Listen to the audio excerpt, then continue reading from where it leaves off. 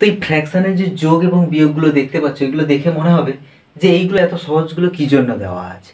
এগুলো এমন কিছু নয় যে এইটাকে যদি ভগ্নাংশের আকারে 3 লসাগু, 3 এখানে কিছু নেই, 1 আছে, 1 3 3, 3 1 3, 3 1 3 যুক্ত 2 সমান 5 3, এইভাবে যদি এতদিন করে থাকো তাহলে এটা কি, এই প্রসেসটাকে ভুলে যাও একদম নিমেষের মধ্যে।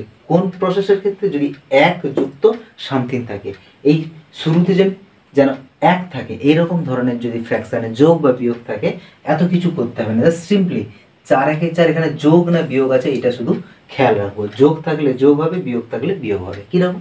4 1 4, এইটার সঙ্গে এটা গুণ করব, তার সঙ্গে এটা যোগ করব, 4 1 4 3 7 4, অর্থাৎ এই দুটো যোগফল উপরে থাকবে আর নিচে অর্থাৎ হরে যে বসে আছে সে বসেই থাকবে। আর বিয়োগের ক্ষেত্রে কি 3 1 3 -2, অর্থাৎ 3 আর 2 এর বিয়োগফল 1 1 3।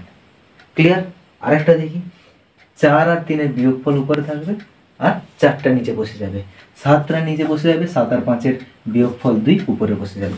1 যুক্ত 5 এর 7, তার কি হবে 7 5 12 উপরে থাকবে, নিচে 7 থাকবে। ক্লিয়ার? একদম দেখে অ্যান্সার করা যাবে। এই প্রসেসটাকে এরপর থেকে ভুলে যাও, এই জন্যেই আজকে এইটা করানো। ওকে, থ্যাংক ইউ।